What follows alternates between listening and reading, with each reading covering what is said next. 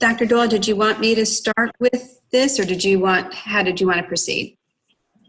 I want you to start, do the middle, and do the end. Okay, got it. We've got it. Okay, so the first slide, Caitlin.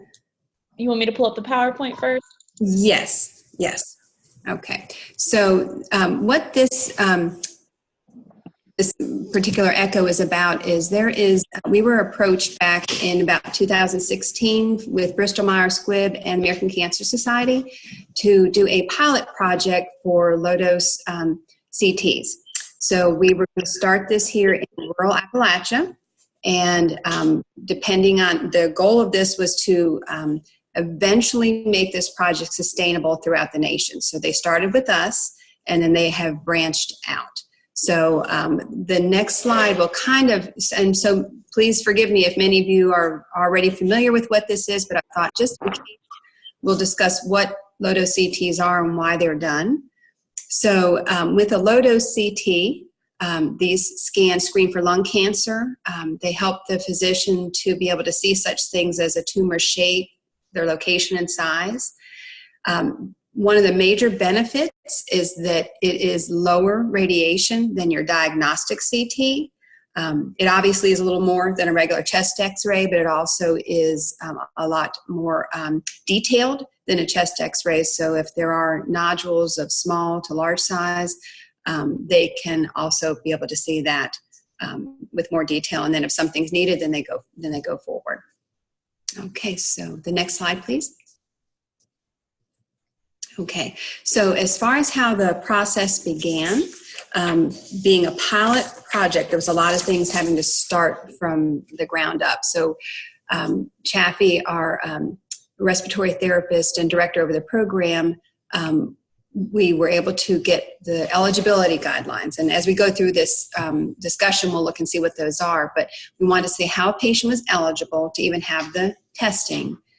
And once we had that, then we could run a report based on those parameters. So we could look at patients that had a certain smoking history, had certain age group and so forth. We looked at that, then could run that report.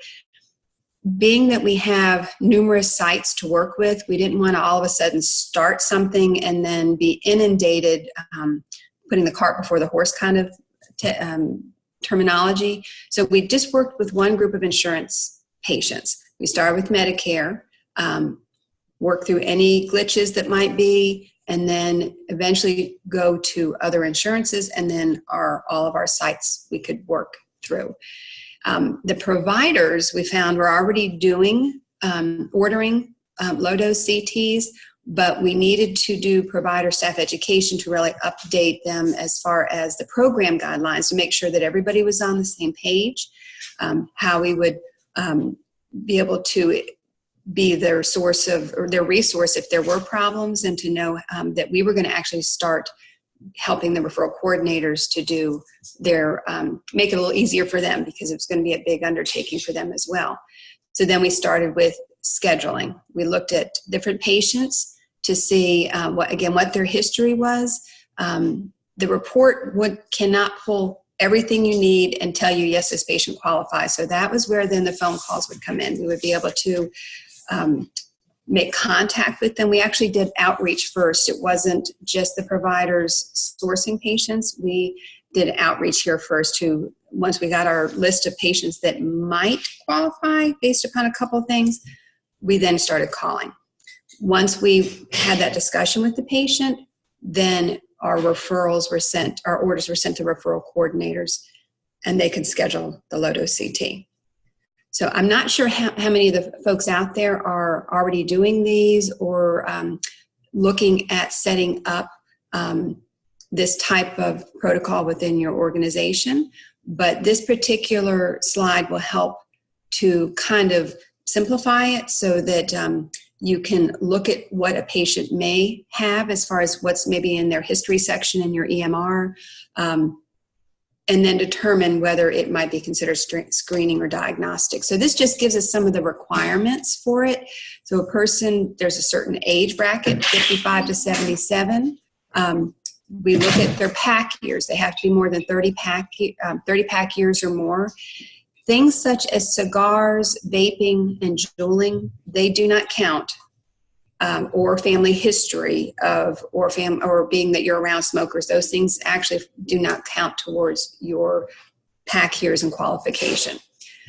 You also could be a former smoker, but it has to be within the past 15 years. So if you stopped 20 years ago, unfortunately, even though you might have smoked 3 packs a day, that won't allow a person to qualify.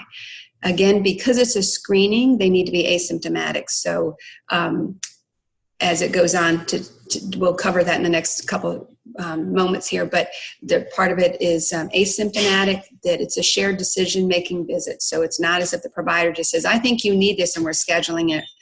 There's information involved, discussions and so forth for it to be qualified as that. We also, if they are smoking, do a smoking cessation discussion with them. So depending on the patient, there's all sorts of options to help them with, but that is a requirement as well. And no diagnostic CT within the past year. So if they already had a diagnostic, say they had it in March, but we want to do something now, we would have to wait a year for it to be considered a screening. Excuse me, I'm sorry. So screening and diagnostic, the differences are listed here. So for a screening, no symptoms that would indicate lung cancer, so no coughing up blood, no extreme shortness of breath, current cancer, they can actually have, it used to be decided that if they had a current cancer, it would disqualify them. However, that has changed a little bit. If during that decision making, the provider feels that they are physically able to go through the treatment protocols, then they, and say they have current prostate cancer, they would qualify for a screening. Diagnostic now is dealing with, they have weight loss, unexplained weight loss, they have blood. They just had an x-ray, and x-ray showed something, and now the doctor wants to do something. If they have current lung cancer. So things such as that would then throw it to diagnostic. Now, one of the things that we've noticed that seems to be the hardest for everybody is calculating PAC years. So we kind of come up with a very simple formula. You can get this on any website if you want to pull up how to calculate PAC years. But the formula basically is your packs per day times your years smoked. So the example give us here, so if you smoke 1 pack a day for 30 years, then that's considered 30 pack years. Same thing for a half a pack a day, 2 packs a day. That's the formula that's used to then decide, does the patient have enough pack years to qualify them for that low dose screening. And sometimes occasionally the patient will say, I stopped smoking for 10 years. So then take that out of that time period to help you to calculate. Something that we noticed when we first started the program is we had issues with procedure codes. We had the right procedure code for screening, but we were given a plethora of diagnosis codes that might be considered eligible. And so we were told, put them all on there, shouldn't be a problem. Well, then we were having major issues with being able to get it passed through the regimen at the hospital, because they would pick the first one may not work, even though insurances said that they would. So we have come down to appreciate that this is the code for the screening and the diagnosis code that will pass it. There should not be any issue when you go to run it through, when they run it through their systems. So we've come up with like our little cheat sheet here to say these are the codes that should be used. And then it is also something that we have come up to appreciate when we have our meetings at the hospitals, that the 3 and the 6 months are also considered screenings. And so we'll cover a little bit of that when we go in the next couple of slides, what that means when they say 3 and 6 month follow-up. So we can go to the next slide. Okay. So obviously when you start up any program, there's going to be things that, little roadblocks, so challenges and things that come up, and then also ways that you came about trying to fix it. So I just gave a few of them that were some of the bigger challenges that we ran into. Insurances, no matter what test you ever do, insurance is always an issue. And so trying to work through those hoops that you have to sometimes. So insurance reimbursement and scheduling were some things that we had just briefly mentioned, do the diagnosis codes. We also had issues with not all carriers. When we were first starting this, we were told all carriers covered the low-dose screening at 100%, or they would allow yearly, but that didn't seem to be the case. There were certain carriers that if a nodule was seen, they would not cover it as a screening. They threw it to a diagnostic, or they also didn't cover a yearly at 100%. They would throw it to the patient's out-of-pocket or deductible. And sometimes we would not know that till after it was done, and patients would say something about it. Same thing with the benefits with the carriers. There was one in particular carrier that did not have, they said they didn't have their button turned on. They said in order for it to say that this was a covered expense now in their particular benefit package. So that was one of those we found. Some of our patients, unfortunately, once they were told that they did have or needed further testing, did not have transportation, financial ability to pay for that. And then we, as a big organization, have a lot of staff. And so staff training and outreach was needed, not just at this one, but then constantly if there's a new provider that comes on, somebody leaves, or has a different role play within the organization. So the training we found was needed for all of our sites as well.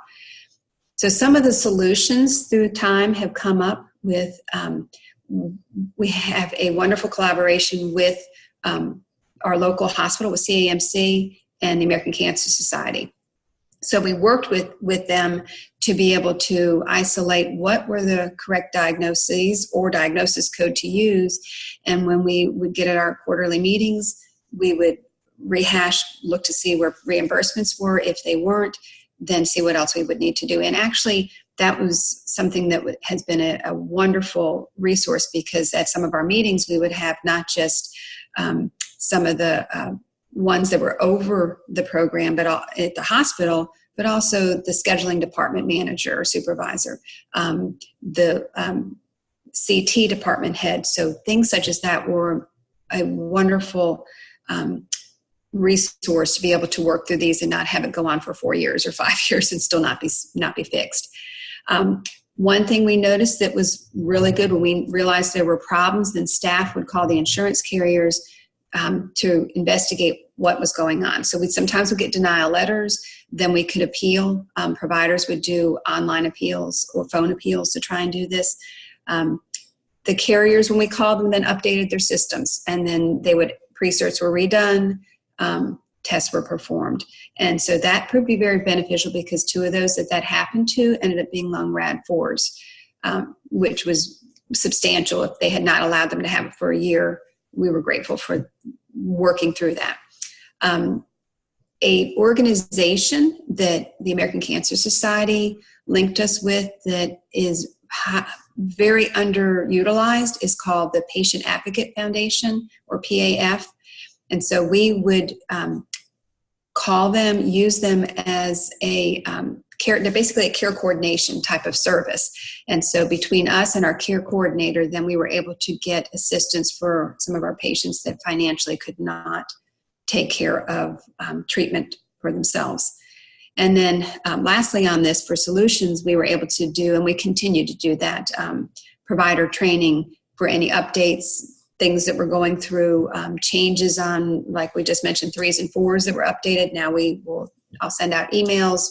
We'll have staff training to try and make sure that everybody's on the same page, and it makes it easier for them. They have enough to do without not informing them of what the changes might be. Okay, so the next slide, please. So this gives us an idea of what the definitions are. So when a report comes back, when the radiologist does the screening, at the very bottom of the report, he will give his recommendations, his findings, and then what he feels that should be done, so that we as a provider, whether it's us or the pulmonologist, whomever at that point, can properly manage their lung health. And so one of those is through the lung rad definition or identifier at the bottom of the. So these they're in stages of lung rad 1, 2, 3, and 4A and 4B. And so as you see on the screen, lung rads 1 and 2 are basically, they have done the screening. There wasn't anything that they found was of major concern that would necessitate a follow-up 3 or 6 month screening. So they could come back in a year. They were recommended that they would qualify for a year follow-up. Where we come into more of a close follow-up then is when the radiologist would see something. Not sure if it was a nodule. It could be something that maybe they thought was some area that they were concerned with, but they would then say in a lung rad 3, I think we're going to do a 6 month follow-up, short term. Let's look at that. Let's follow them in 6 months' time. The lung rad 4A and 4B, those are the ones that currently they're very critical, that the radiologist will look at and determine, you know what, we need to do something in 3 months, or based on the size, it might be best if we do a PET scan or do immediate testing. 4B, additional ones. Once it's a 4B, they're saying, you know, we need to do a diagnostic CT or a PET as soon as possible. And so this screen, go ahead. So this kind of gives an idea of, this was the testing reports from July 17 to June of 18 of the amount of patients that we actually screened. So there were there were more that were sent to us, but then ones who actually had the testing, you can see in a large portion of ours were lung rad 1s and 2s, which meant that they dodged the bullet. They, even if they are currently smoking, they at least at this point do not have something that has turned into something of major concern. Where we see the lung rad 3 and 4, though, and it's an odd number, 13s for each one, but those were the amount during that year that then needed to have follow-up testing. So this kind of gives us a graph. Now, when we first started, we had a larger percentage that were lung rad 3s and 4s, and as testing has gone through and some are coming back for yearly or coming back for 3 months to 6 months, we have found that the number has diminished somewhat, which we're very happy. We're very happy that it's not more versus less. We will take less anytime. Okay, so the next screen, please. So one of the screens we just looked at was discussing how somebody qualifies for a low-dose CT. So these, again, as I mentioned, this is one of the hardest things that we have found, that just the compilation of how it comes up that staff, physicians struggle with, and sometimes even the patients giving us their information. So I put up a screen here to give 4 examples of what may or may not qualify somebody. So the answers aren't here. So I don't know if we're able to kind of get answers of what people might think, how that would work. But the first tile, the first cream colored tile, mentions that a patient would be 65 years old. They smoked a pack a day for 10 years, 2 packs for 20 years. They quit smoking in 2005, and they have current kidney cancer. So back a couple years ago, we would have said that this disqualified them. Now that is not the case. And the reason being is that the current kidney cancer, as long as the medical decision-making with the provider and the patient is that they can tolerate any of the treatment options thereafter, that would not disqualify them anymore. It used to be that it would. So we look at the other ones, the one perhaps down below that's in the blue tile, 53-year-old male.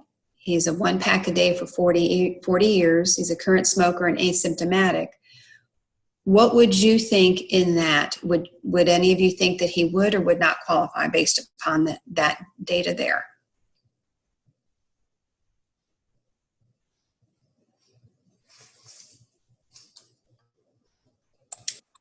Luann, I would look at his age of 53. I know I was testing 55 to 77. Exactly. So everything else looks great. You've got your pack years, your current smoker, asymptomatic, but it's the age. They're not 55.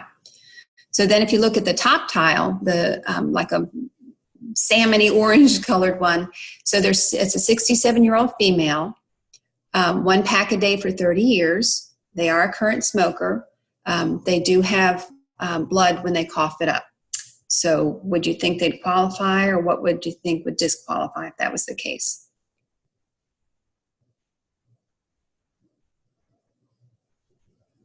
So, and the very bottom section where it says coughing up blood, that would disqualify them. That would then throw that into a diagnostic CT. So everything else looks great, but the symptomatic portion of coughing up blood would throw them into a different sphere. Now, if we look at the last one where it says that they're a 59-year-old male, they smoke 1 pack a day for 35 years, current smoker and non-productive cough, would we think that they would qualify at that point? Yeah, so they would qualify. So there's different little caveats, and that's where sometimes it's a little hard. But if what our referral coordinators at our sites, who actually, once a doctor now sources them the referral, they have it up at their computer. They look at qualifications. If it doesn't, they send it back to the provider and say, you know, we either need a better smoking history, or you might have to put it back as a current, as a diagnostic CT. And I'm not sure that may happen with you, Brandy, too. You probably get sourced things that you have to send back. And do you find that's one of the harder things that to understand for everybody is what Yeah, I never feel comfortable sending an order back to a provider on them qualified. A lot of times I'll catch them in clinic in person and be like, hey, let's pull this one up and see if we can't make some changes. You know, like you said, make changes to that more separate with the smoking history or something. But that was a tough one for me, because I hated when that happened to send it back to the provider, because I felt like they were trying to do this new screening measure, and then here I am like, oh no, that doesn't work. Right. And I think for us, it is a almost a weekly provider re-education, because again, we providers, when you think about the amount of testing that one provider does a day, they're doing all sorts of other things, and then here we throw in a Lowdose CT with all these guidelines. Yes. It can be very, very frustrating for them. So we try a lot for them to keep up with. It is, and their referral coordinators have to do the same. They have to know insurances do what for each test they do in addition to tests, because some of the carriers, we had specific or specialized phone numbers that were backline numbers to use just for screening CTs, and they'd have to remember that as well. So Right. So you and I try to really be the middleman. Yes, the go-between and the peacekeeper maker. Mm-hmm. Exactly. Troubleshooter with that. So I think there might be one more slide, 1 or 2 more after that, perhaps. I'm not for sure. Okay, so I think, Dr. Doyle, if there's anything else you needed us to go over, this is the case, I believe, that you were talking about. Did you, do you have a slide other than this?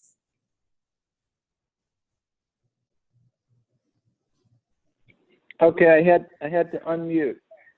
No, well, actually, yes, we do have a slide. Caitlin has the slide, because Caitlin has our case in our Echo case format. I'm not going to be able to see that though, Luann, so I would appreciate it if and I'm glad to hear Brandy is there. If you and Brandy would, I mean, you haven't seen it. Well, this is what you and I looked at and submitted. So go ahead and go through the case, and then also at the end there's a question that gives people a chance to discuss it, and then I think you have the follow-up on the patient. I don't have a computer, I just have phone, so I'm not going to be able to work from the actual Athena case. Okay, so I don't have the Athena case. If Caitlin can pull that up, and then we can go back to my case, my last slide after, if that's possible. Caitlin will show you the case. Yep. This is what I have, and you can just run through it, and then you guys can give any follow-up, and we can talk about it. Okay, so Dr. Doyle, you said you can't, I'm sorry, I didn't hear part of what you said. You said you can't see it, so you need us to read it, read the case presentation? Yes. Okay. Brandy, can you see that? Would you like to do that? Sure, that's fine. So this is 57-year-old white male at the time of screening and 17, and was a smoker since the age of 14, has a 45 pack-year history and diagnosis of COPD, hypertension, lipids, kidney stones, back pain, no black lung status, no pulmonary rehab status. Looks like chest x-ray, Giller's asymmetric right apical thickening, bronchiectasis, and followed up with a PET scan imaging, and had LRADS of 4B, which is showing 15% risk of cancer. And then looks like they obtained a PET scan, CT, and or biopsy. The PET scan showed irregular nodulars, no evidence of FDG, adenopathy, respiratory diagnosis, again, is COPD. And there's the comorbidities again. No oxygen or CPAP use, using a few inhalers there, and looks like current smoking history is 3 cigarettes a day. And they did a walk test of 610 feet. Then we've got some spirometry results, looks like. I'm not sure when those were from. If you want to scroll on down, Caitlin. 2017. Okay, so there's some spirometry results showing low FEV, FVC. Looks like a little bit of change with the bronchodilator. And then on down at the bottom, the question is, what were next steps in the diagnostic workup in 17? So if you want to scroll back up, Caitlin, if that's the end, if you want to scroll, yeah, right here. So I'm a little bit unclear on this middle section here, Dr. Doyle. It looks like they did do a PET scan, a CT, and a biopsy, or that was an option. They did do that, Luann? Okay, so did the biopsy results show that it was cancer? Okay. Oh, you're muted, Luann. Give me 1 second. There we go. Sorry. He actually was given a staging too. I think it was a stage. Yeah. Okay. So that was one of my questions, was that they did do the biopsy. It was determined it was cancer. So did this patient end up doing chemotherapy or radiation therapy or anything like that? Or He did any lobectomy of any sort? He did, actually, his FEV1, when they redid they said the FEV1 was 17, and he not a candidate for a wedge excision, lobectomy, or anything of that sort. So they did radiation. Okay. Okay. So is his oncologist managing the CT follow-up scans to? His pulmonologist is too. Pulmonologist. Okay. Well, this is Dan. So one question, actually, the way we were rushing to get that case into Caitlin on Tuesday, and so I sort of bungled it because I didn't mean to tell you everything that was done other than the chest X-ray and the low-dose CT, and then let people kind of talk over what the next steps would be. But I threw in some of the answers to the questions at the end. So as we already discussed, and as Luann said, he did have He had the chest x-ray. He got the low-dose CT. The low-dose CT was very suspicious. Then he got the PET scan, which confirmed that. Then he got the biopsy, which confirmed lung cancer and staged as and then other studies and staged as Luann said. He was not a surgical candidate because of his PFTs. And so if I didn't know anything, my question number one for you, Luann, would be, is he alive 3 years or 2 years later? Yes, part of the low-dose CT protocol that we've done here is, and what I'm doing currently is I track our 3s and 4s. So treatment, obstacles, whether it's patient can't afford something to go, whether they need transportation, or just they don't want to continue with yearly follow-ups, whatever it may be, is what I track for them. And so I actually called him the other day just to see, because I noticed his pack year is actually a higher pack year, so I wasn't sure. Wanted to make sure we had his pack year correct. I want to make sure, is he following up? And I saw some data from one provider, another site that said he had stopped smoking, and then something said he hadn't. So he actually did stop smoking in January. So he has not had a cigarette since then. He is on oxygen, but he is alive. He is able to get treatment. There's a lot of things that we were able to work through Patient Advocate Foundation to help him. So as far as that goes, he's still here and he still can see his grandkids.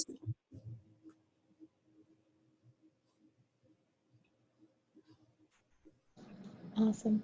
Luann, thank you so much for the wonderful presentation and through the case. Does anybody have any questions? Anything that they'd like to bring up?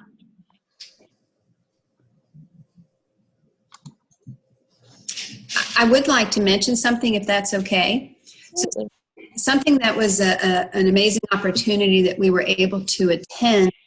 We were able to go to a tumor registry meeting, tumor board registry meeting back in July, I believe it was, and it really helped to clarify for us that when a patient is on RAD4, how that is properly taken care of.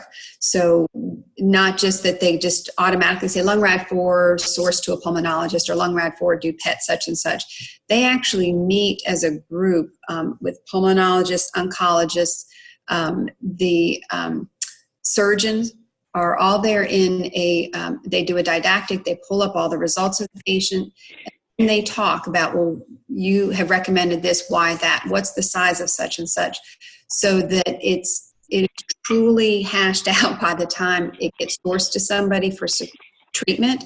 So that helped not just us working with the program, but anybody that, any of our providers can now feel confident that, that when they are sent to treatment or recommendations, that it's what it's needed. It's not just, something's not missed, that they're really taking the best care that they can. So that was an opportunity that was greatly appreciated. That's awesome. Hello, this is Carl Warren. Just want to throw one thing in there, I missed the beginning of the presentation, but so of the exact exposures, but just so people keep this in mind, the PET CT in a coal miner, I don't know if this person, so many of the patients are around here are coal miners, but not all of them. In a coal miner like this, one of the things to be mindful of is that a positive PET CT or a positive PET scan may be black lung. PMF will light up on PET scan, so just be mindful of that. So going on to biopsy is an entirely reasonable thing to do to actually have pathology.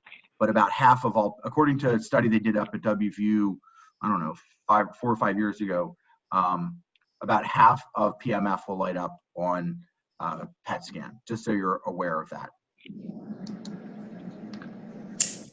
Something else?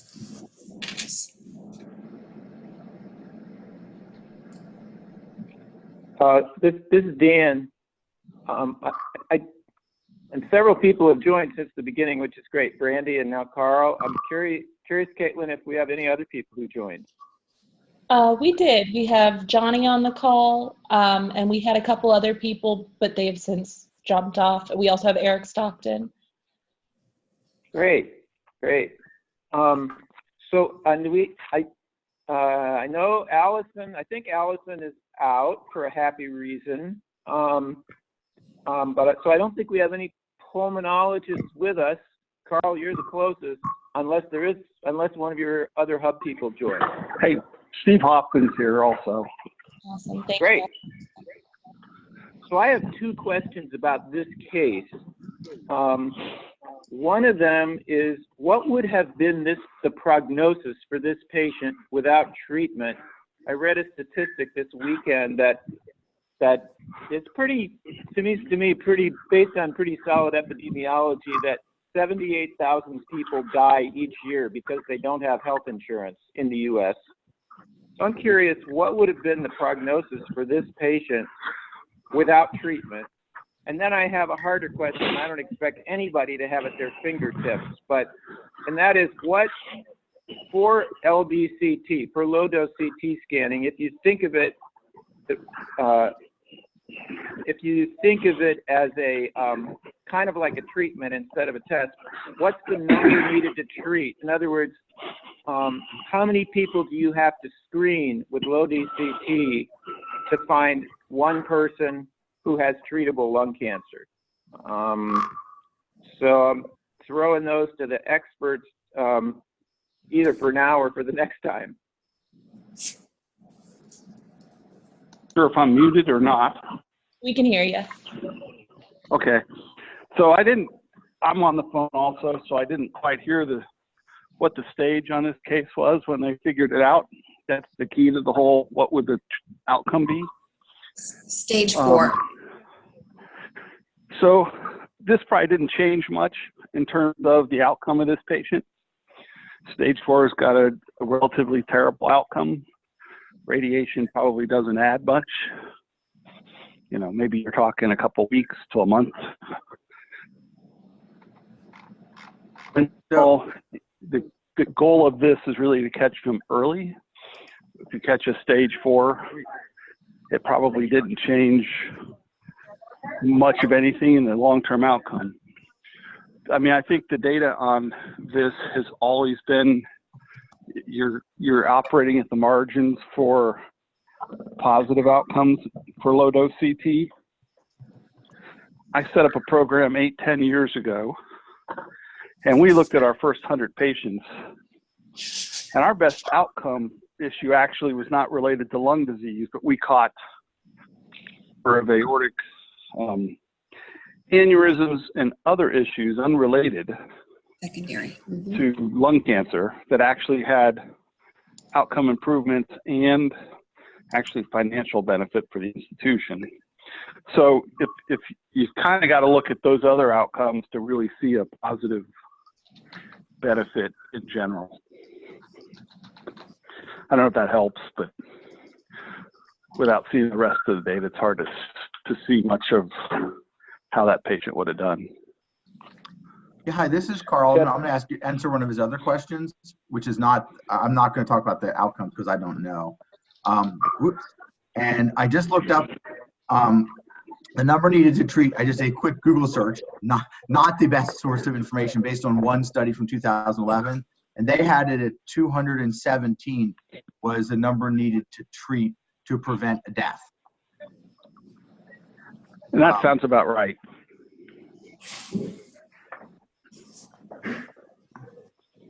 Great, thank you.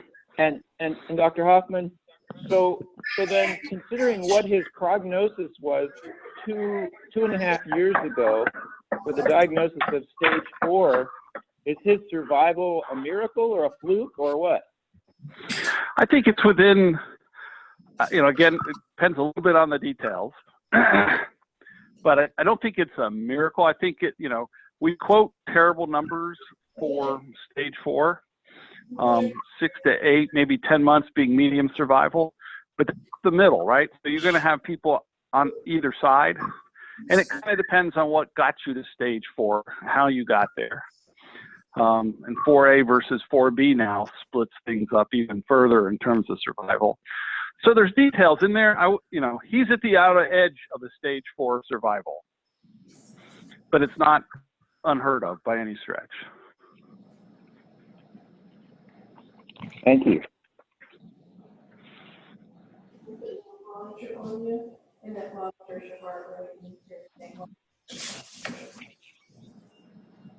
Great. Any other questions? Anything anybody wants to talk about? We have about 15 minutes left. I do have a couple thoughts. So I know one of the questions or things that folks had, and a lot of this was a learning curve for me, and I know for Brandy as well when we first started doing some of these, was people were worried about false positives. That was going to be, they were going to be scaring patients, hearing, lung rad forward, you probably have cancer and so forth. But I have to say, we have screened, I would say close to 400 patients, if not a little bit more than that. I don't have this year's data, I have the previous year's. That having said, we have had probably, I'm thinking around 34 lung rad 4s out of all of that, which is not a very large percentage. Out of that, we have had this gentleman right now who was stage 1. That's one of the problems we run into sometimes is we can't get the staging documentation, but his has been staged. There is another lady we just had recently that they caught hers. So they caught hers early, did lobectomy. She has recovered from that. Now they, of course, they're doing their follow-ups when they do their follow-up PETs and so forth. So I think some of the benefits from this are finding that out, that what they initially thought may be the false positives and all the issues with that are not as high as what maybe they thought in previous years. Same thing with what we're learning through this program is the processes that are needed to make sure that everything is taken care of and done. So whether it is for a low-dose CT or any other test that we end up doing here at the clinic, what kind of things put into place. So it's a benefit in so many different ways.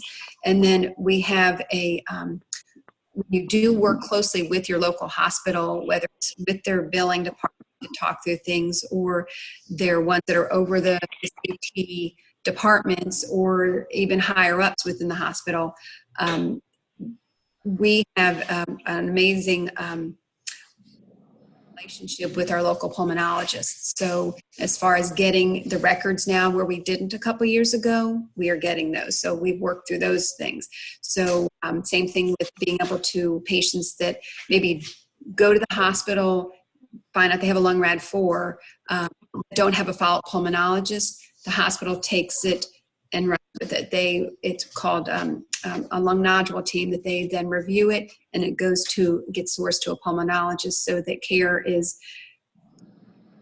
where it needs to be. So even though they may not have cancer, they definitely need to follow up with somebody, and this process now is working so that our patients are getting taken care of in a more efficient way. So we're very grateful for, even though none of us want to see cancers caught or not caught, or to say, wow, we found this many people with it.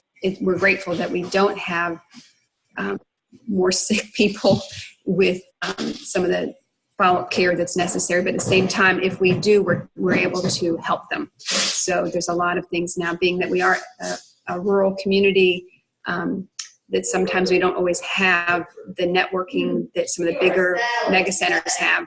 We're actually working through that process so that we do have it now. We're working to make sure that patients are, if they don't have the finances, how do we help them? If they don't have the caregiving, how do we help them? So it's been a really good, and I know Brandy's been seeing that too, being where you're at, some of the successes that you have, that it's been a good work.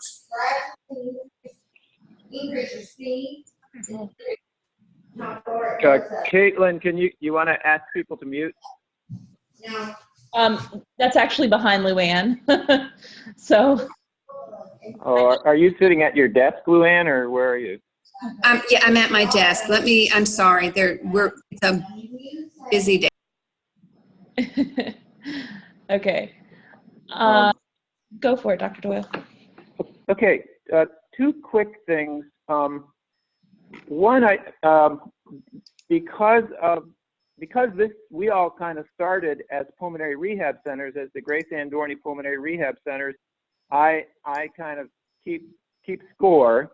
And so I'm happy to say that we have 6 sites that are doing pulmonary rehab on the call here today. If I didn't count somebody, I apologize.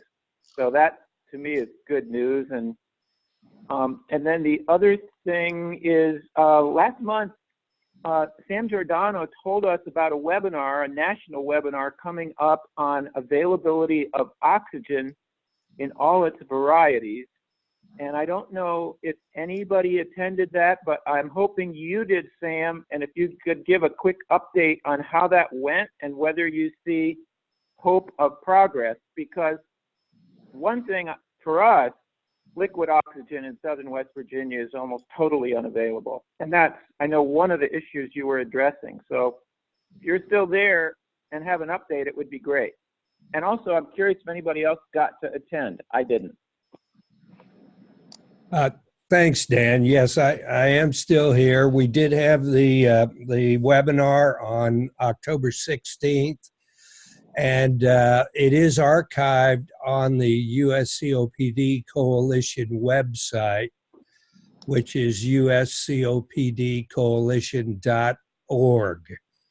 Now, several questions were answered. We had the CMS ombudsman as well as a CMS contractor who deals with the competitive bidding as well as DME issues. And she reviewed the current rules. People were asked to submit questions. There's a question feature on our platform. We archived them, we collected them and archived all of them. There were more to be answered. We had a follow-up phone call with the faculty last week. They were in the process of answering the remainder of the questions. But if you want, and we will post them on our site. The long and the short of it is that a lot of it depends on the specificity of the physician prescription in terms of requirements of mobility, and that will include the ability of a patient in terms of how much weight they could carry.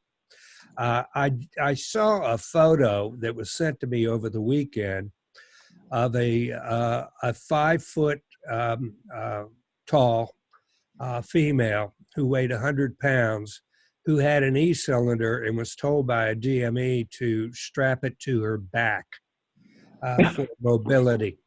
And it was in one of those walker carrier things, and it had already fallen over at least once. So there's a to-do about that right now. Of course, she was advised to share that with her physician.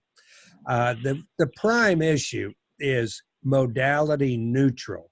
When that term was written, many, many years ago, before the advent of the more recent portables of the last 10 years, modality neutral was intended to mean a device that can maintain can relieve hypoxia, if you will. There was no consideration given to portability or the patient's abilities or inabilities to move certain supplemental oxygen systems. So this is basically, we've opened up a can of worms, and frankly, that's exactly what I was hoping for. There were many questions related to liquid oxygen, and there seems to be some ambiguity with regard to whether patients who were prescribed and delivered liquid oxygen under competitive bidding, and now that we're in this so-called gap period, some DMEs feel they could take it away and replace it. But they can't do that without a change in prescription. So there's also a discussion going on with CMS as to whether those that were delivered the liquid oxygen when competitive bidding was in effect are still obligated to maintain that competitive bidding. And we're hoping to get that cleared up and post the answer to that question on our website. The long and the short of it is we know that the DME suppliers do not get adequate funding. I think they get about $30 a month, and that's not enough to supply liquid oxygen. So we not only want patients who need it to have access to liquid oxygen, but we also want the DMEs to be paid fairly for that, of course. We will have a follow-up webinar in November. It's tentative, and I emphasize tentative, tentatively scheduled for November 22nd, which is a Friday. On that particular webinar, we will have a panel, a pulmonologist, we will have a rehab nurse, we'll also have a patient, and I am the token respiratory therapist, if you will, and I'll moderate it. But what we want to do is build on the previous webinar, which is, okay, these are the rules. Now, how do we live with them and still get the patients what they need? And so I assume we'll get into better prescriptions and things of that nature. And of course, emphasize the need and the use for pulse oximeters. Even though Medicare rules call for reimbursement of oxygen and oxygen-related equipment, for some reason, pulse oximeters are not reimbursed, even though they can be prescribed by physicians and, of course, acquired by the patients, but they shouldn't have to pay for those out of pocket. Diabetic patients do not pay for their glucometers out of pocket, and we see this as a disparity with regard to this particular disease. But the slides, the audio presentation, and the questions that were addressed during the October 16th call are archived on our site, and I encourage you all to take advantage of that, and also to share that in your rehab programs with your patients, because many of the questions were posed from patients. And also, once we nail down and get a confirmed date and time for November 22nd, we'll send out a notice. And again, it's free, and we encourage all to participate so we could improve the activity level of patients, and also keep some of them are working. Are there any questions I could answer on that? Thank you for the update, Sam. And definitely, I'm happy to send that out, and everybody, I'll make sure you guys get it. Thank you for doing that, by the way, for the October 16th one. I'm sorry to be so long-winded, but I was born that way. What could I say? Fine. We do only have a couple minutes left. And I did want to say just before we end, the next session is on November 18th. And I wanted to ask Eric, do you mind to say what it's going to be about? That's the one we have Logan Thomas down for, to kind of just give an update.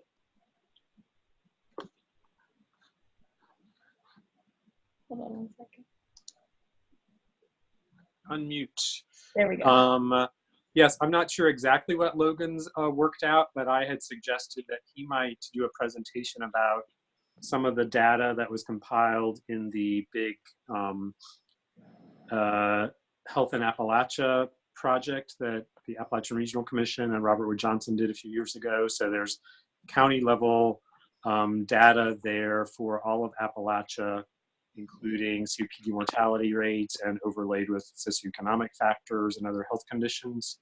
So I think Logan will probably do a little background on just that prevalence data for the region and help us think about where the problems are located in the region. Cool. that sound right? That does, yes. I just didn't want to mess it up. So thank you so much. So yes, that's what we have to look forward to for the 18th session. We have 1 minute left. Do you guys have any questions? Anything you want to say?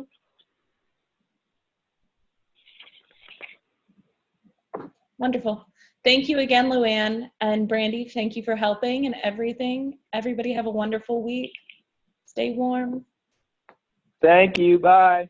Thanks, Caitlin. Thank you. Great job, Luann. Thank you. Thanks, Dr. Doyle. Thanks, Brandy.